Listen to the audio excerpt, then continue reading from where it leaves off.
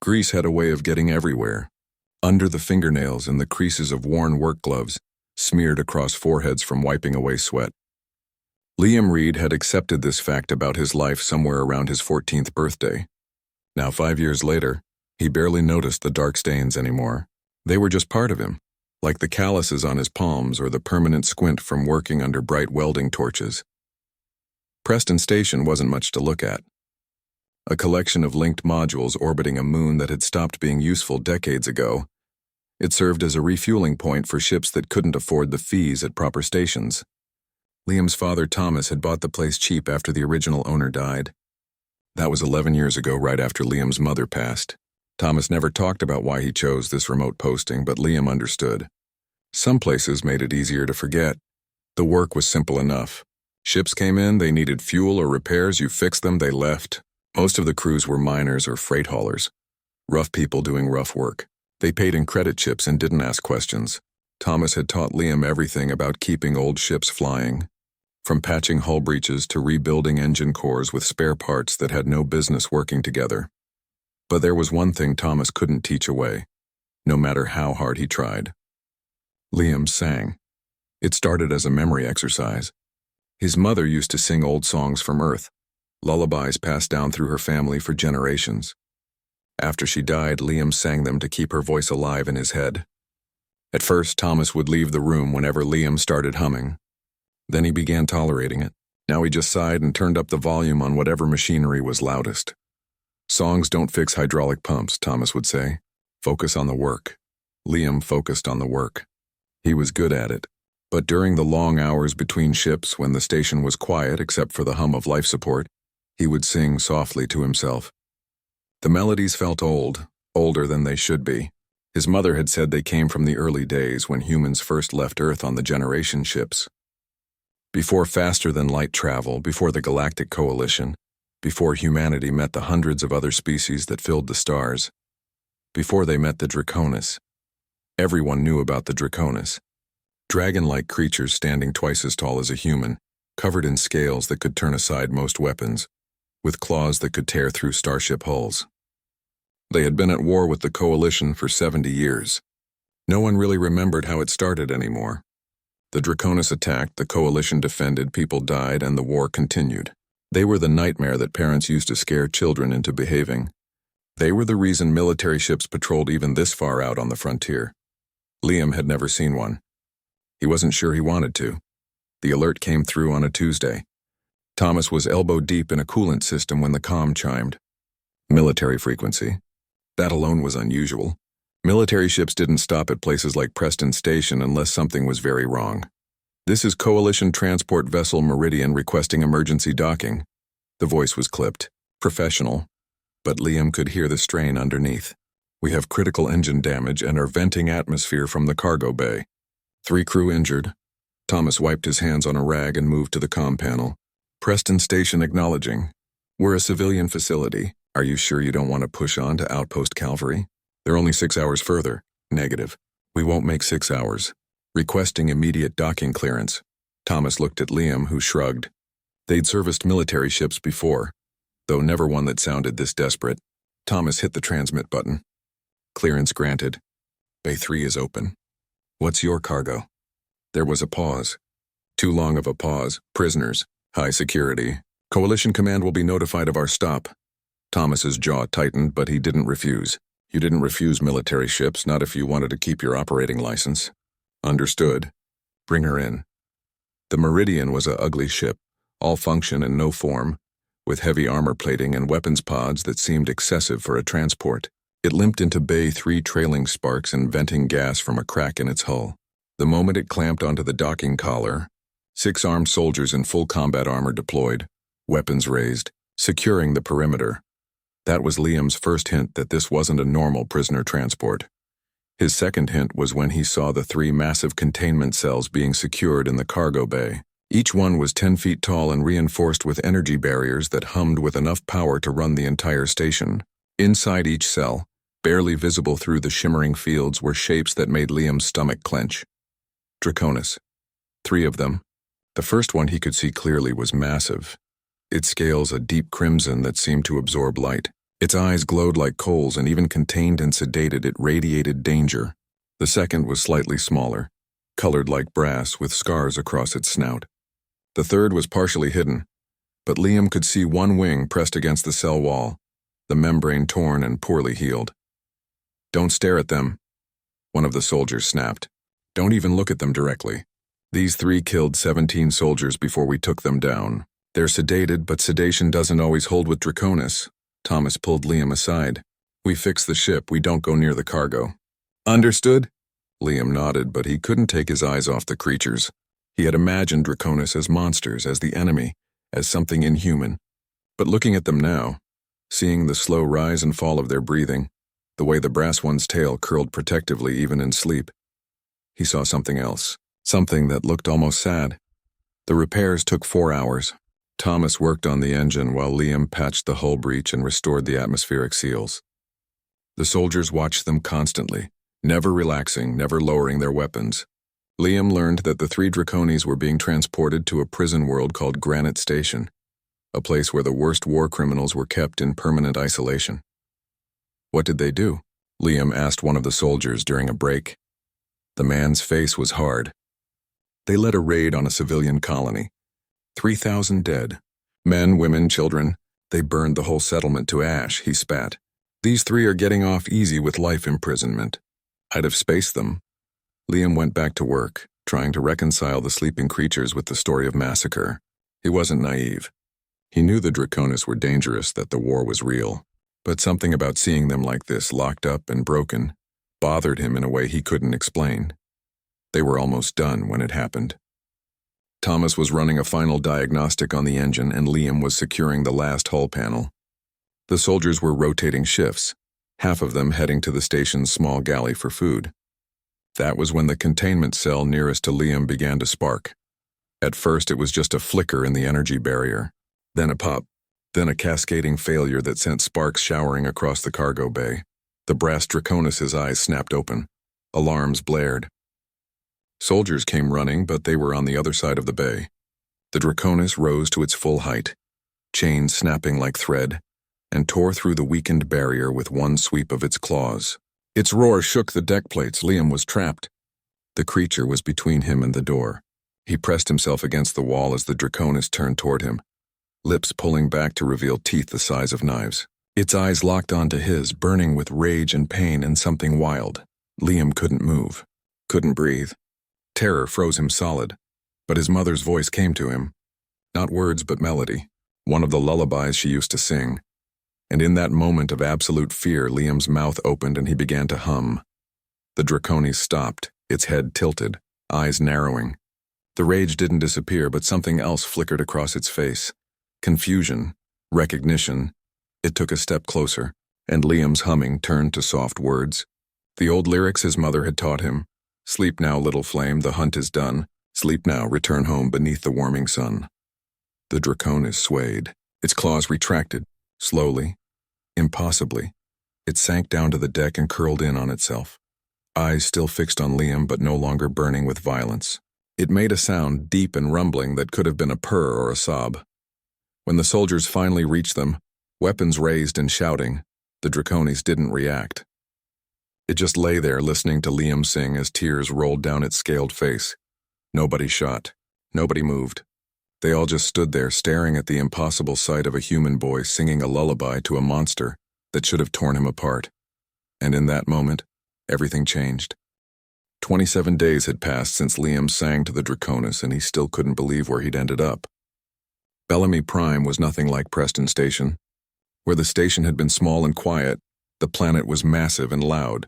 Cities stretched across entire continents, connected by transport tubes that moved faster than sound. Ships filled the sky like birds, and everywhere he looked there were aliens, dozens of species he'd only seen in textbooks, all mixed together in the Coalition's capital world. He missed the grease and the quiet. They'd taken him from his father 6 hours after the incident. Coalition security had arrived with a full military escort, sealed off Preston Station, and interviewed everyone 3 times. Thomas had argued, threatened, even tried to fight, but in the end they'd stunned him and dragged Liam onto a ship. The last thing Liam saw was his father unconscious on the deck, and that image haunted him every night. The facility they kept him in wasn't a prison exactly, more like a very comfortable cage. He had a room with a bed, a bathroom, and a window that showed the city but wouldn't open. Guards stood outside his door at all times. 3 times a day, scientists came to run tests. Blood samples, brain scans, genetic sequencing, reflex measurements. They mapped every part of him looking for something that would explain what happened. They never found anything. "You're completely normal," Dr. Raymond Okafor had told him on day 12, sounding frustrated.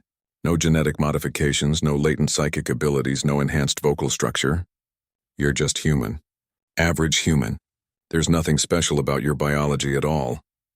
"Then why do they keep me here?" Liam had asked. Dr. Okafor had just shaken his head and left, but the test continued. They brought in recording equipment and had him sing every song he knew. Linguists analyzed the words, breaking down every syllable. Musicians studied the melodies. Computer systems compared the audio patterns to every known language in the Coalition database. On day 15, they brought in a Draconis. Liam hadn't been warned. He was sitting in what they called the observation room, which was really just an empty white cube with cameras, when the far wall slid open and 4 guards dragged in a Draconis in chains. This one was smaller than the brass one from the station, with scales like polished steel and eyes that held nothing but hate. "Sing," the voice came through speakers in the ceiling. Admiral Christine Holt, the woman who'd been running his case. "Sing anything." Liam's throat was dry. The Draconis was pulling against its chains, snarling something in its own language that the translator rendered as a series of creative threats about what it would do to Liam's internal organs. "I don't think this is a good idea," Liam said. "Sing. That's an order." Liam started with the first lullaby, the one that had worked on the brass Draconis. His voice shook at first, but the melody came back to him like muscle memory. The Draconis stopped struggling. Its eyes widened. Then it did something Liam never expected. It wept. Not quiet tears, but deep, racking sobs that shook its entire body. It collapsed to the floor, chains clanking, and curled into a ball while Liam sang. When he stopped, the Draconis looked up at him and spoke in broken Coalition standard. "How you know the mother song?" "How you know words of the gone time?" The scientist had gotten excited after that. They brought in 5 more Draconis over the next week, all prisoners, all supposedly the most violent and dangerous of their kind. Every single one reacted the same way. Rage turned to confusion, confusion to grief, grief to something like peace. They all asked the same question. How did he know the mother songs? Liam couldn't answer because he didn't know. Dr. Okafor spent more time with him after that. The linguist was a tall man with kind eyes and hands that moved constantly as he talked. He'd been studying Draconis language for 30 years, ever since the war began, and Liam's songs had given him a puzzle he couldn't resist. "The structure is wrong," Okafor explained one evening, spreading papers across the table in Liam's room. "Modern Draconis language is harsh, direct, built for commands and threats. But your lullabies have a completely different structure, softer, more complex, with grammatical patterns that don't exist in any current Draconis dialect." "So what does that mean?" Liam asked. "It means your songs are older than the Draconis language we know, much older." Okafor pulled up a holographic display showing sound wave patterns. "I compared your melodies to fragments of ancient Draconis genetic memory songs, the ones they sing to eggs before they hatch. There's a match. Not perfect, but close enough that it can't be coincidence." Genetic memory. Draconis pass down certain information through their genes. Instincts, mostly. Fight or flight responses, mating rituals, territorial behaviors. But some of it is cultural, songs, stories, traditions. Except most of that cultural memory was lost centuries ago in what they call the Great Burning. A civil war that nearly destroyed their entire civilization. Liam thought about the brass Draconis, curled up and crying while he sang.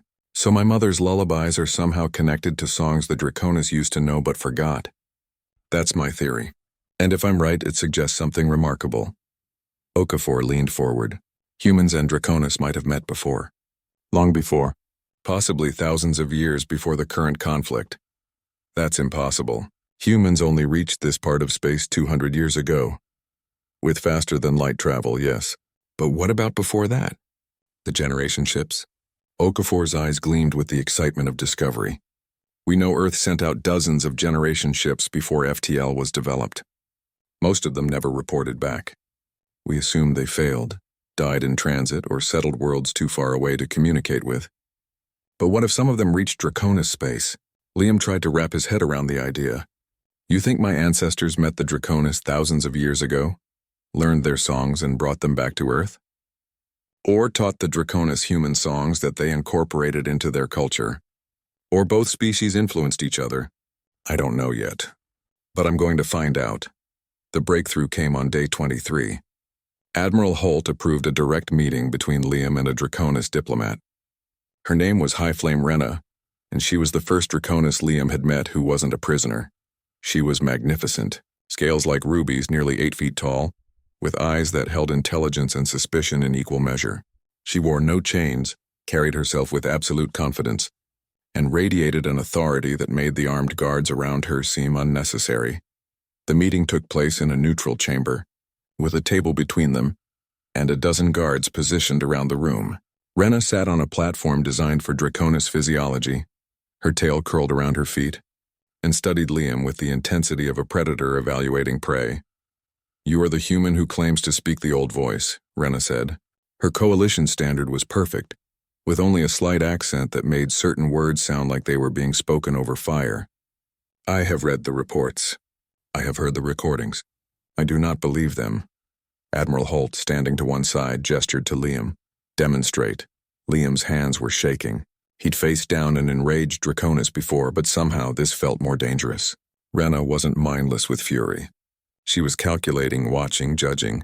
If he failed to affect her, he had no idea what would happen. He started singing. The second lullaby this time, one his mother had sung when he couldn't sleep. The words spoke of warmth and safety, of home and family, of the end of fear. Renna jerked back as if struck. Her claws dug into the platform, scoring deep grooves in the metal. Her eyes went wide, then squeezed shut. A sound came from deep in her chest, something between a growl and a whimper. Stop, she commanded. Liam stopped. Renna opened her eyes, and Liam saw something in them he'd never expected. Tears. The proud diplomat was crying, her whole body trembling. How? She whispered. How do you know the ending song? The what? The ending song. The song our mothers sang when we were hatchlings before the Great Burning. The song that meant the hunt was over, the danger had passed, we could rest. Her voice broke. We have no recordings of it. No written words. It was passed from mother to child through genetic memory, and that memory was burned away in the war. We lost it. We lost so many things. She stood towering over the table, and the guards raised their weapons. But Renna didn't attack. She just stared at Liam with an expression that could have been wonder or horror. You sing the words we have forgotten. You carry the old voice in your soft throat. She turned to Admiral Holt. Do you know what this means? Do you understand what he is? Enlighten us, Holt said carefully. He is the soft speaker, the one from the prophecy. Renna's laugh was bitter. We thought it was a myth, a story we told ourselves to explain our shame at losing so much culture. But here he stands, a human boy singing our history back to us. Liam found his voice. What prophecy? Renna sat back down, suddenly looking very tired. In the time before the Great Burning, when my people still valued more than strength and conquest, there was a prophecy. It said that when we had forgotten ourselves completely, when we knew only war and had lost everything that made us more than beasts, the soft speakers would come. They would carry the old voice and remind us of what we once were. She fixed Liam with a stare that seemed to see right through him. Tell me, human child, how does your species know the songs of mine? What connection do we share that crosses the void between our worlds? Liam looked at Dr. Okafor, who nodded encouragement. We think humans and Draconis met before, a long time ago. Maybe your ancestors taught mine, or maybe ours taught yours. But somehow the songs survived. My mother taught them to me, and her mother taught her, going back generations. Impossible, Renna said, but her voice lacked conviction. We have no records of humans before your coalition contacted us 2 centuries ago. You have no records of a lot of things, Dr. Okafor interjected. The Great Burning destroyed most of your history, but genetic memory is harder to erase completely. What if some fragment of that ancient contact survived in your genes? Just enough to recognize the songs when you heard them again. Renna was silent for a long moment. Then she spoke in her own language, words the translator didn't catch. She repeated them in standard. My people need to know this. All of them. If what you say is true, if we once knew peace and art and family the way you describe, then everything we believe about ourselves is wrong. We have defined ourselves by war for so long that we cannot imagine anything else. Will they believe you? Admiral Holt asked. Some will. Others will call it blasphemy and demand your death, Rena said to Liam matter-of-factly. And there are those in your coalition who will not want peace. War has been profitable for many people on both sides. As if to prove her point, the alarms began blaring. Someone was shooting at the building. Rena moved faster than Liam thought possible, her body covering his as the window exploded inward and the room filled with weapons fire and smoke and screaming. Blood tasted like copper and fear. Liam's ears rang from the explosion and his lungs burned from smoke. Rena's weight pressed down on him, scales hard as armor against his back. He could hear shouting, weapons fire, the sizzle of energy barriers failing. Someone was screaming orders in a language his translator couldn't parse through the chaos. Then Rena was lifting him, carrying him like he weighed nothing, her claws careful not to pierce his skin. She ran and the world became a blur of motion and violence. Guards fell around them, some from enemy fire and some from Rena's own claws when they didn't move fast enough to clear her path. She smashed through a wall that was supposedly reinforced, her shoulder taking the impact that would have killed a human, and suddenly they were in a maintenance corridor lit only by emergency lighting. Stay quiet, Rena hissed, setting him down. Her scales were scorched in places, bleeding where bullets had found gaps in her natural armor. They came for you, not me. You. Who? Does it matter? Someone who wants the truth buried. She tilted her head, listening to sounds Liam couldn't hear. We cannot stay here. This facility is compromised. If they planned this assault, they will have planned for escape routes as well. Dr. Okafor stumbled around the corner, his clothes torn and face bleeding from a cut above his eye. Behind him came two more figures. One was a Draconis Liam had never seen before, smaller than Rena, with dark bronze scales and eyes that darted constantly, assessing threats. The other was Thomas. Dad? Liam's voice cracked. Thomas crossed the distance in 3 strides and grabbed Liam in a hug that squeezed the air from his lungs. They told me you were dead. The official report said there was an accident at Preston Station and you didn't survive. I've been trying to find you for 4 weeks. How did you get here? I made some calls to people who owed me favors, pulled in every debt, sold everything I owned, bribed my way onto a transport. Thomas pulled back, hands on Liam's shoulders, checking him for injuries. I'm not losing you too. Not after your mother. Not ever. The bronze Draconis spoke, voice surprisingly young. We need to move. More attackers are coming from the north corridor. Admiral Holt is holding them, but she cannot hold forever. Rena nodded. Agreed. Ash, take point. If we can reach the transport pad, I have a ship waiting. They ran. Ash, as Liam learned the bronze Draconis was called, moved like a scout, fast and low, checking corners before waving them forward. Twice they had to hide while squads of soldiers ran past, and Liam couldn't tell if they were coalition forces responding to the attack or more attackers. The building was chaos, alarms screaming and fires burning and smoke filling every hallway. They made it to the transport pad on the roof just as 2 gunships appeared overhead, weapons hot and targeting lasers painting Rena's chest. For a moment Liam thought they were finished. Then one gunship exploded in a ball of flame and the other broke off, trailing smoke. A coalition military ship roared past, Admiral Holt's voice crackling over an open channel. Rena, get him out of here. I'll cover your departure. Go! Rena's ship was small, meant for maybe 6 passengers, but they crammed in anyway. Ash took the controls, his claws dancing over systems designed for Draconis physiology. The ship lifted with a lurch that threw Liam against his father, and then they were accelerating, pushing hard enough that Liam's vision grayed at the edges. Behind them, Bellamy Prime shrank to a point of light, then disappeared as Ash engaged the faster-than-light drive without bothering with the usual safety checks. The universe twisted and they were somewhere else, somewhere that wasn't on any official charts. Dr. Okafor broke the silence first, his voice shaky from adrenaline crash. Does anyone want to tell me what just happened? Who were those people? Why did they want Liam dead? Rena, wrapping her wounded shoulder with medical tape from the ship's emergency kit, answered while Ash focused on flying. There are factions within both our governments who do not want peace. War's profitable. The military-industrial corporations on your side sell weapons and ships. The warrior clans on my side gain status and territory. If we make peace, they lose everything. So they tried to kill Liam? Not just try. They sent professionals. The attack was well planned, well executed. If I had not been there, if Admiral Holt had not reacted as quickly as she did, your son would be dead. Rena's eyes met Thomas's. And it would have been blamed on Draconis terrorists, giving your warhawks the excuse they need to escalate the conflict.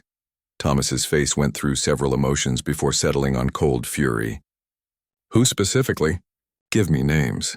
I have suspicions but no proof. The Coalition War Minister Gabriel Torres has opposed every peace initiative for 20 years. He has made a fortune selling weapons technology to frontier colonies. There are others. On my side, the High Flame Council is divided. Some want peace. Others see Liam as blasphemy, a human claiming to carry Draconis culture. So both sides want him dead, Dr. Okafor said quietly. Both extremes want him silenced. Yes. Rena finished with her shoulder and moved to a communication console. But there are those who want the truth. Admiral Holt, myself. Others who are tired of this war and see in Liam a chance to end it. The question now is how to keep him alive long enough to prove what he represents. Ash spoke without turning from the controls. The Ember Archives. Rena went very still. No, that place is forbidden. The High Council sealed it centuries ago. No one has been there since the Great Burning. Which makes it perfect, Ash argued. No one will look for us there. And if we want proof of the old times, of the connection between humans and Draconis, where better to look than the one place our ancestors tried to preserve before the war consumed them? The automated defenses will kill us, only if we approach wrong. I know the old protocols. My clutch mother was a keeper before she died. She taught me the entrance songs. Ash finally turned, and Liam saw that he was young. Maybe the Draconis equivalent of a teenager. This is bigger than our lives. If Liam truly is the soft speaker from the prophecy, then we need to know the full prophecy. Not fragments, not guesses, the truth. Rena considered this for a long moment. Then she sighed, smoke curling from her nostrils. You're either very brave or very foolish, young one. But you are right. We need answers, and the archives are the only place we might find them. She looked at Thomas and Dr. Okafor. This journey will be dangerous. We will be hunted by both our governments. You can still turn back. I can drop you at a neutral station. Thomas laughed, sharp and bitter. My son is apparently the center of an interstellar conflict because of lullabies his dead wife taught him. I'm not going anywhere. Dr. Okafor adjusted his broken glasses. I've spent 30 years studying a civilization from the outside, piecing together fragments. Now I have a chance to see the truth directly. You couldn't chase me away with weapons. Then it is decided. Rena pulled up a navigation chart on the holographic display. The Ember Archives are deep in Draconis territory, in a system we abandoned after the Great Burning. It will take us 4 days to reach it, and we will need to avoid all major travel lanes. Ash, can you handle that? I can try. Try harder. Our lives depend on it. The journey was cramped and tense. The ship had sleeping pods for 2 Draconis, which Rena and Ash used in shifts, but nothing for humans. Thomas and Liam made beds from emergency blankets on the floor. Dr. Okafor spent most of his time at the computer console, pulling up every file he had on Draconis history, muttering to himself and taking notes on a datapad. Liam spent the time learning. Rena, when she wasn't sleeping or monitoring their position, told him about the prophecy. Not just the fragment she'd mentioned before, but the whole thing as she remembered it. It comes in 3 parts, she explained. The forgetting, the return, and the choice. The forgetting describes how my people would lose themselves to war, burning away everything but strength and violence. That part came true. We did forget. We became nothing but warriors, defining ourselves only by what we could destroy. What's the return? Liam asked. That is where you appear. The prophecy says the soft speakers will come when we have forgotten completely. They will carry the old voice, the songs and words we lost. They will not come with weapons or threats, but with memory, and their presence will force us to see what we have become, to see the gap between what we are and what we once were. And the choice? Rena's expression turned grim. The prophecy says we must choose.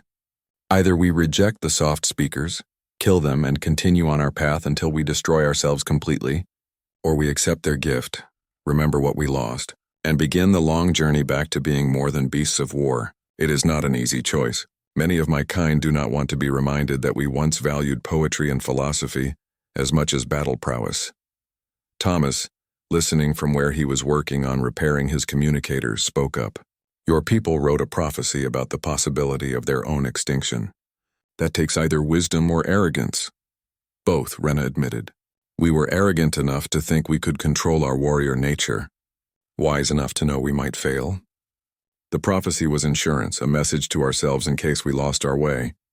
But I do not think the authors expected humans to be the soft speakers. That complicates everything. Why?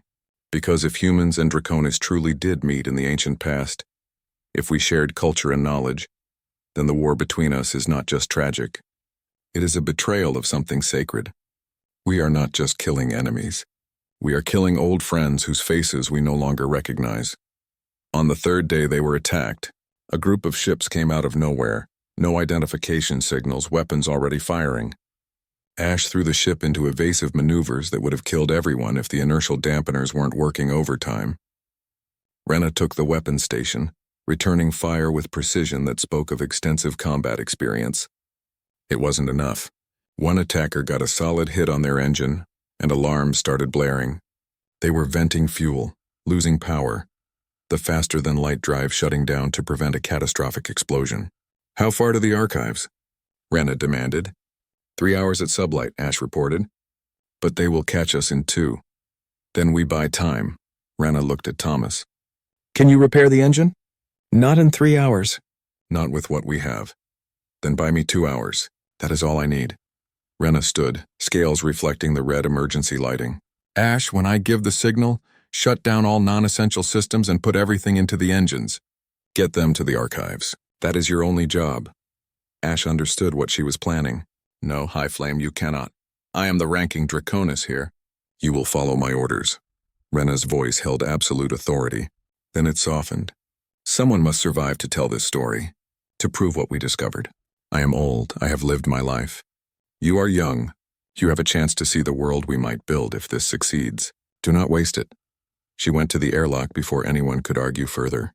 Liam saw her checking a small thruster pack, the kind designed for short-range maneuvering in space. Saw her take several deep breaths, preparing her body for vacuum. Rena, wait, Liam called. She turned. Thank you. For saving me. For believing. The Draconis diplomat smiled, an expression that transformed her face into something almost gentle. Thank you for reminding us what we lost, young soft speaker. Now sing for us. Sing so the archives know we come in peace. Sing the ending song. Then she was gone, explosive decompression pulling her out into space, the airlock sealing behind her. On the view screen, Liam watched as she ignited the thruster pack and flew straight at the attacking ships, becoming a missile made of scales and fury and desperate sacrifice. 2 ships broke off to engage her. That was all the opening Ash needed. He pushed the engines past their safety limits and they ran, leaving Rena behind to buy them time they desperately needed. Liam sang through his tears, the ending song filling the small ship, and hoped that wherever Rena was, she could hear it. The Ember archives hung in space like a monument to forgotten ambitions. Liam pressed his face against the viewport, trying to make sense of what he was seeing. The structure was massive, easily the size of a small moon, built from materials that seemed to shift color in the light of the dying red star it orbited. Towers and domes connected by bridges that looked impossibly delicate. The whole thing turning slowly in the vacuum, still functional after centuries of abandonment. My ancestors built this during the Golden Age, Ash said quietly, his claws resting on the navigation controls. Before the Great Burning, it was meant to preserve our entire civilization. Every book, every song, every piece of art and science we had created. They knew the war was coming and wanted to make sure something survived. Dr. Okafor was scanning the structure with every sensor the damaged ship possessed. The energy readings are incredible. Whatever power source they used, it's still active. Defensive systems online, environmental controls functioning. This place could still support life. If it does not kill us first, Ash muttered.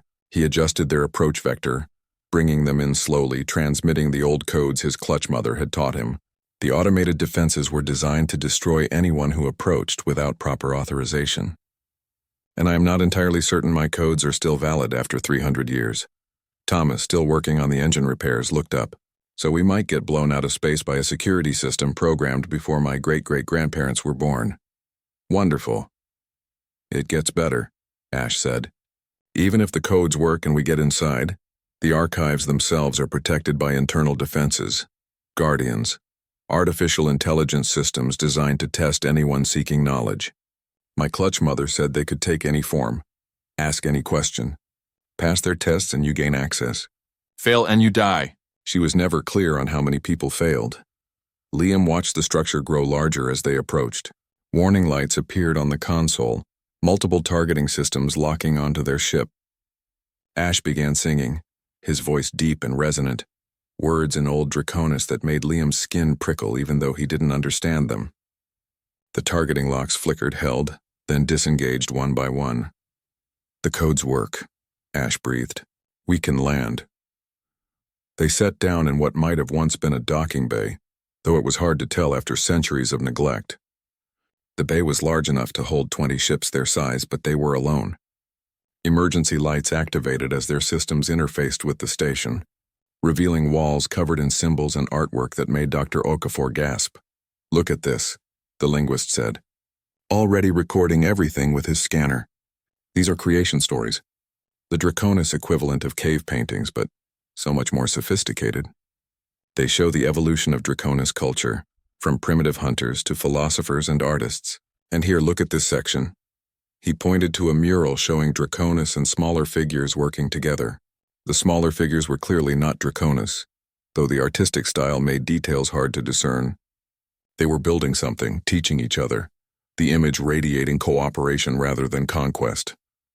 This supports the theory, Dr. Okafor said excitedly. The Draconis worked with another species during their golden age. If those are humans, if our ancestors really did reach this far, then everything we know about early human space exploration is wrong. We can study history later, Thomas said, checking his weapon. Right now we need to secure this place and make sure nothing is coming after us. We left a trail any decent tracker could follow, and Rena bought us time, not safety. They explored in pairs. Thomas and Liam took one direction while Ash guided Dr. Okafor through sections he recognized from his clutch mother's descriptions. The archives were a maze of corridors and chambers, some empty and echoing, others filled with equipment whose purpose Liam couldn't guess.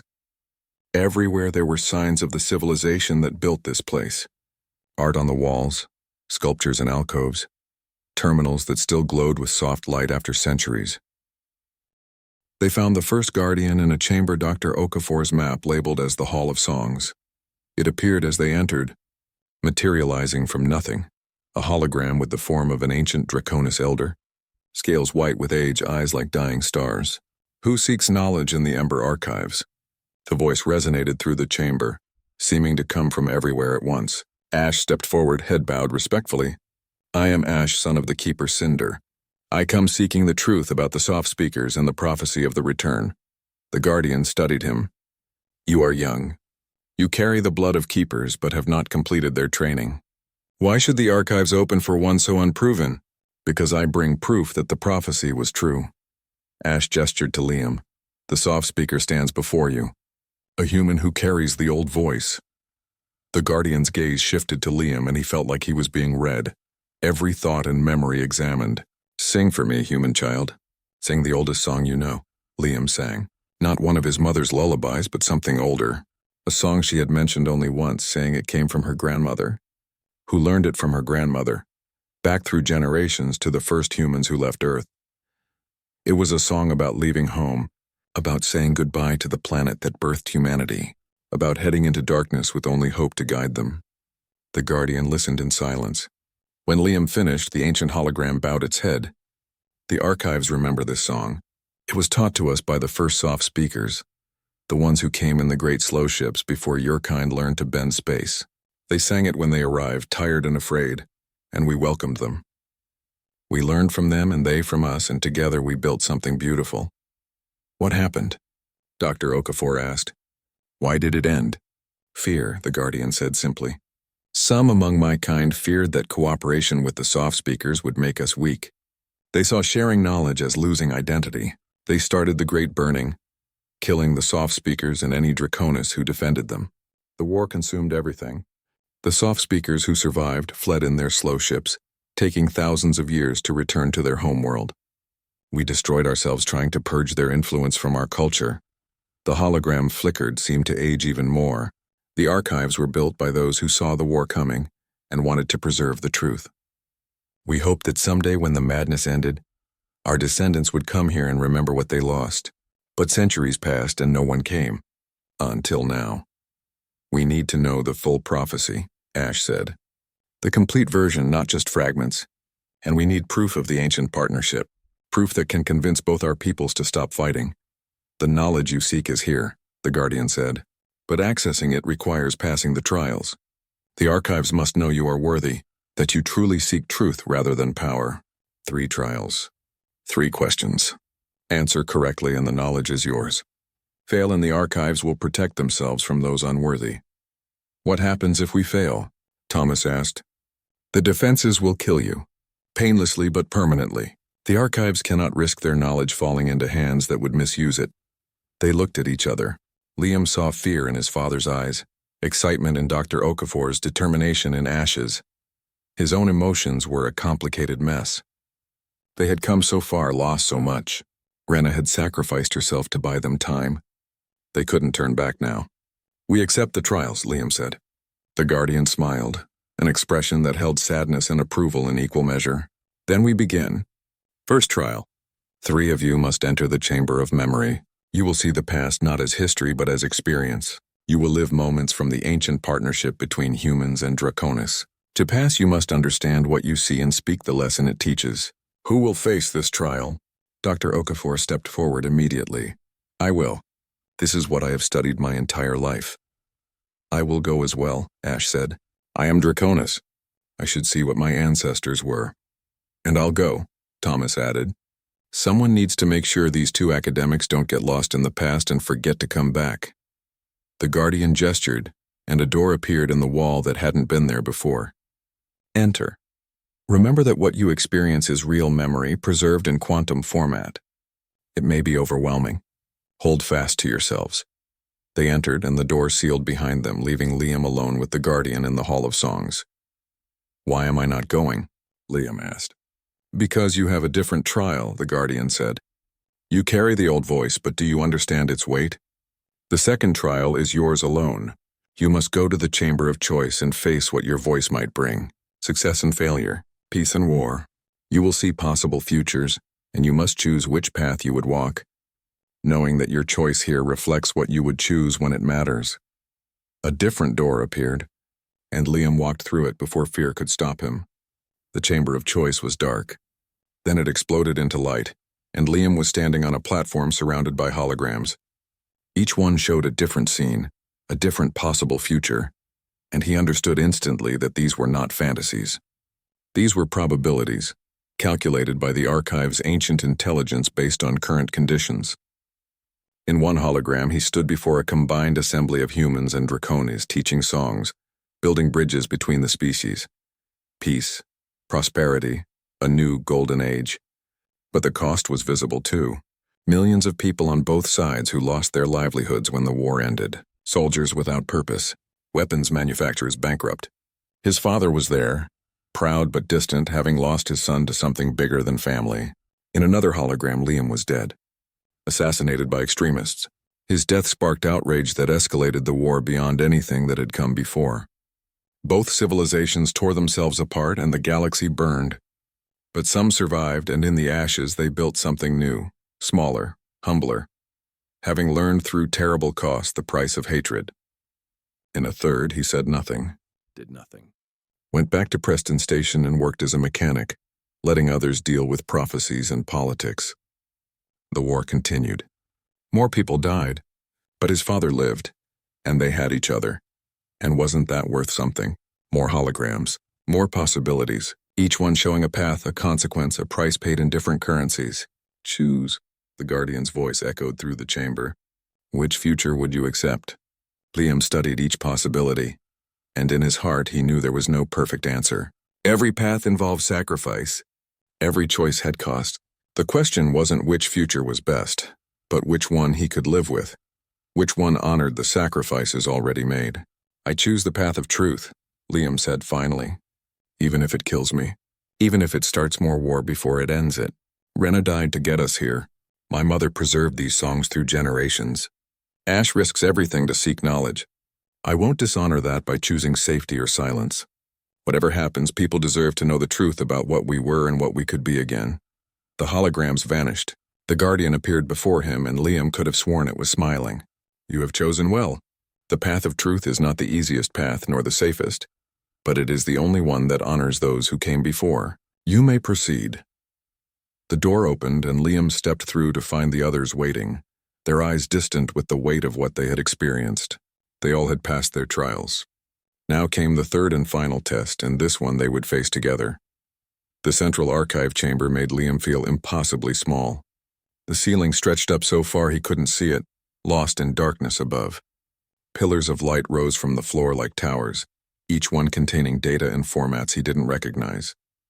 Holograms drifted through the air, showing scenes from history, equations that bent his mind trying to follow them, art that shifted and changed as he watched. This was the heart of Draconis civilization, or what remained of it, preserved in light and energy and quantum memory. Dr. Okafor was crying as he walked between the pillars, reaching out to touch them, his hands passing through light that responded to his presence. It's beautiful, he whispered. All of it. Their whole history right here. Science, art, philosophy, poetry. They were so much more than warriors. Ash stood very still, his scales reflecting the colored light, looking overwhelmed. My clutch mother told me stories, but I never believed. I thought the Golden Age was myth, something we invented to make ourselves feel better about what we became. But it was real. We were real. We were more than weapons. Thomas kept his attention on the practical concerns, scanning for threats, watching the entrances. But even he couldn't completely ignore the grandeur around them. How do we find what we need? This place could take years to search. The Guardian hologram appeared at the center of the chamber, standing in a shaft of pure white light. You have passed the trials. The archives acknowledge your worthiness. Ask your questions, and I will guide you to the answers you seek. This is the final trial, not of courage or conviction, but of understanding. Can you accept truth even when it complicates your beliefs? Show us the first contact, Dr. Okafor said immediately. When humans first met the Draconis. I need to see it. The Guardian gestured, and one of the light pillars expanded, filling the space above them with a holographic scene so detailed, it looked like they could step into it. Liam found himself standing in what looked like a jungle, plants everywhere in colors Earth never produced, 3 suns hanging in an alien sky, and there, in a clearing, were 2 groups meeting for the first time. The Draconis were younger as a species, their technology less advanced. They wore simple clothes, carried tools rather than weapons, moved with curiosity rather than aggression. The humans looked tired, their suits patched and old, their ship visible in the background clearly damaged from a journey that had taken generations. This was 12,000 years ago, the Guardian narrated. The human generation ship Perseverance reached the Draconis home system after a 6,000-year journey from Earth. Only 300 humans survived the trip. They were desperate, their ship failing, seeking help from the first intelligent species they encountered. In the hologram, a human stepped forward, a woman, her face weathered but kind, holding out empty hands in the universal gesture of peace. A Draconis approached cautiously, sniffing the air, and then made a sound that the hologram translated. Welcome, small strange ones. You are far from home. We need help, the woman said. Our ship is dying. Our people are dying. Please. The Draconis tilted its head, considering. Then it turned to its fellows and spoke in rapid words the translator couldn't keep up with. Discussion. Debate. Some wanted to help, others wanted to drive the aliens away. Some wanted to study them like curiosities. Finally, an older Draconis made a decision. We will help. Come, bring your people. We will share fire and food while we learn each other's words. Dr. Okafor watched with the intensity of someone seeing their life's work validated. The linguistic patterns match what I theorized. They developed a pidgin language first, then a full Creole that borrowed from both species. That's why the old Draconis songs have human grammatical structures mixed in. The scene shifted, showing the passage of time. Years compressed into minutes. Humans teaching Draconis about agriculture techniques they had developed during the long journey. Draconis teaching humans how to work with materials that could withstand their world's harsh environment. Children of both species playing together, music being shared, the first lullabies exchanged. Liam watched a human mother singing to a Draconis hatchling, the same melody his own mother had sung to him. The hatchling curled up contentedly, and nearby adult Draconis watched with approval. The partnership flourished for 300 years. The Guardian continued. Humans could not match Draconis' physical strength, but you brought creativity that my people struggled with. Abstract thinking, pattern recognition, the ability to imagine things that did not yet exist. In return, Draconis provided protection, raw power, and an understanding of the natural world that humans lacked. What about the other humans? Thomas asked. The ones who stayed on Earth? Did they know about this? The Perseverance tried to send messages home, but the distance was too great. By the time their signals reached Earth, distorted and weak, humans had developed faster than light travel and spread in different directions. The messages were logged as noise and forgotten. Earth never knew its slowest travelers had succeeded. The scene changed again, darker now.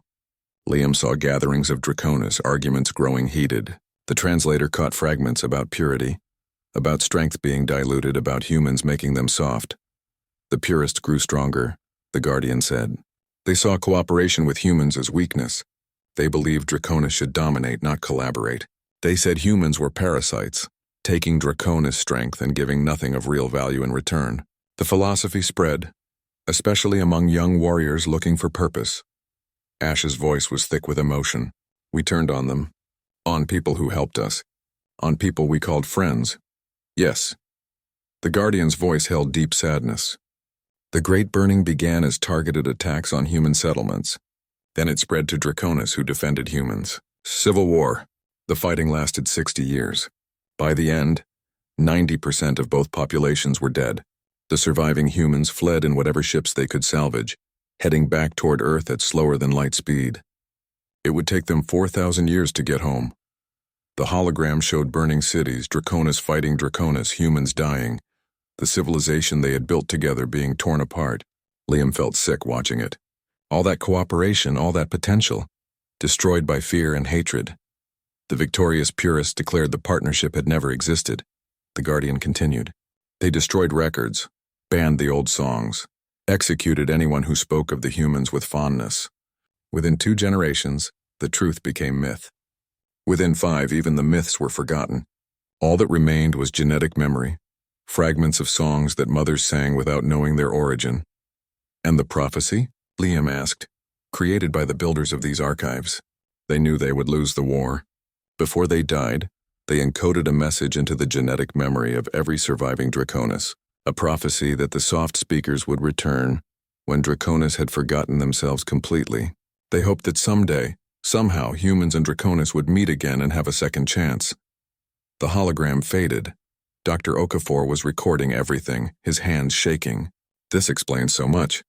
The linguistic connections, the shared cultural elements, the way Draconis react to human music. It's all genetic memory triggering, recognizing patterns their conscious minds have forgotten. We need proof, Thomas said. Something we can take back. Documentation, records, something that can't be denied. The archives will provide, the Guardian said. All data is being copied to your ship's systems now. Historical records, genetic analysis proving the partnership, audio recordings of the original songs being taught and shared, video evidence of the cooperation and the war. Everything. Ash looked at the Guardian, scales dim with grief. My people did this. We destroyed something beautiful because we were afraid, and then we forgot we did it, made ourselves into monsters, and started another war with the same humans we betrayed before. Yes, the Guardian said simply. But you are here now. You know the truth. What you do with that knowledge is the third trial. Understanding what happened is not enough. You must decide how to use this information. Will you weaponize it? Use it for guilt and blame? Or will you use it to heal? To build something better? Before anyone could answer, alarms began blaring throughout the archives. Ash ran to the nearest terminal, his claws flying over the controls. Ships approaching. A lot of ships. Both Draconis and Coalition forces. Torres, Thomas said grimly. He must have tracked us. Probably convinced Draconis extremists to join him, telling them we're desecrating sacred ground. The Guardian's form flickered. The archives are damaged from centuries of neglect. The defensive systems cannot hold against a sustained assault. If both fleets fire together, this place will be destroyed and all knowledge with it. How long do we have? Dr. Okafor asked. 15 minutes until they are in weapons range. Perhaps 20 if they argue among themselves first. We need to transmit this information, Liam said. If the archives are going to be destroyed anyway, we have to get the truth out first. Broadcast it to every ship, every station, everywhere. Let both sides hear it at once. Ash was already working. The archives have powerful communication arrays, but they're old. I can boost the signal using our ship systems, but someone needs to go out there and manually connect the ships. The docking umbilical won't carry enough bandwidth. I'll do it, Thomas said. Dad, no. I'm the mechanic here. I know how to hotwire systems. Ash, tell me what needs to be connected. Thomas was already moving toward the airlock, grabbing a spacesuit. You stay here, Liam. You're the voice in all this. When I give the signal, you sing. Everything. Every lullaby you know. Let them hear it directly, not just through recordings. Dr. Okafor grabbed his scanner. I'll go with you. You'll need help carrying the equipment. Raymond, you have a family, Thomas said. A family that deserves to live in a galaxy where humans and draconis aren't killing each other. My children deserve better than another century of war. Dr. Okafor's voice was firm. Besides, you'll need someone to operate the technical side while you do the manual work. They didn't have time for long goodbyes. Thomas hugged Liam once hard. Your mother would be so proud of you. I'm proud of you. Whatever happens, you remember that. Now go sing like she taught you. Show them what we're fighting for. Then they were gone, heading for the airlock, and Liam was left with Ash and the Guardian as the fleet closed in. The broadcast system is ready, the Guardian said. When your father connects the ships, it will transmit everything simultaneously. All ships in range will receive the complete historical record, but they will need time to process it. Humans to convince them. You must buy that time. How? Ash asked. By doing what the soft speakers have always done. Speak softly. Sing truth. Remind both sides of what they are and what they could be. Liam watched on the monitors as his father and Dr. Okafor worked outside, connecting cables between the archives and their ship, routing power and data. The approaching fleet was visible now. Dozens of ships from both sides, weapons charging, hatred and fear driving them forward. And Liam began to sing, not just one song, but all of them. The lullabies flowed one into another, a medley of ancient sounds, human and draconis cultures woven together so thoroughly it was impossible to separate them. The archives amplified his voice, sending it out into space, into the ships, into the hearts of everyone listening. In the Coalition flagship, Admiral Christine Holt heard the songs and remembered the report about a boy who could calm draconis with lullabies. She ordered her ships to hold fire. In the draconis command vessel, an old warrior named Cinder, brother to the one who died protecting Liam's group, heard the songs his mother had sung and broke down weeping. He did not give the order to attack. But Gabriel Torres, the war minister who had orchestrated this whole pursuit, was not moved by music. He was moved by profit and power and the fear of losing both. He overrode Admiral Holt's command and gave the order to fire. Missiles launched. Energy weapons charged. The fleet, divided between those who wanted to listen and those who wanted to destroy, opened fire on itself as much as on the archives. Thomas saw it coming. He was still working, still connecting the final cables, when the first missiles streaked past. Dr. Okafor shouted a warning. Thomas made a choice. He finished the connection. The data began flowing. The complete history of human-draconis partnership broadcasting to every ship, every station within 10 light years. The truth was out. Whatever happened now, the truth was out. Then a missile struck the section where Thomas was working, and Liam's father disappeared in a flash of fire and debris, taking Dr. Okafor with him. They died together, ensuring the signal would not be stopped. Liam's song broke. He screamed his father's name, and the transmission carried that scream across space, raw grief mixing with the ancient lullabies. And in that moment of complete honesty, complete vulnerability, something shifted. Draconis warriors across multiple ships heard a human child's pain and recognized it. Recognized loss. Recognized the cost of war. Humans heard the lullabies and saw the historical data, and understood they were fighting people who once taught their ancestors songs. Ship by ship, the firing stopped. Not everywhere. Torres's loyalists kept fighting, and Draconis extremists did too. But enough ships stood down. Enough people chose to listen rather than kill that the archive survived. Barely. Ash pulled Liam away from the communication station as the structure around them groaned and shook. We have to leave now, the archives are failing. The Guardian appeared one last time, its form flickering and fading. Go, the truth is saved. The data is transmitted. Your sacrifice is not in vain. Now go and live. Build the world your parents died to make possible. They ran through collapsing corridors past falling pillars of light, as 300 years of decay caught up with the structure all at once. They reached their ship and Ash launched without bothering with safety checks, the archives crumbling behind them. In the debris field that had been humanity's greatest archaeological discovery, mixed with the wreckage of ships from both sides, floated proof of what had been lost and what might be again, and carried on every communication channel, impossible to suppress or deny, sang the voice of a mechanic's son who just wanted his father back.